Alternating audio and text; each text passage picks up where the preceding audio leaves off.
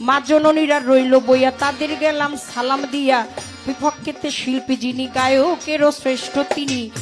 শাহ আলম সরকার নামে তিনি ভক্তি সালাম দিলে মামি ভয়ের তাল সঙ্গীতে যারা যারা ভালোবাসা যাইরা কেমন উপবিষ্ট যতজন আসসালামু আলাইকুম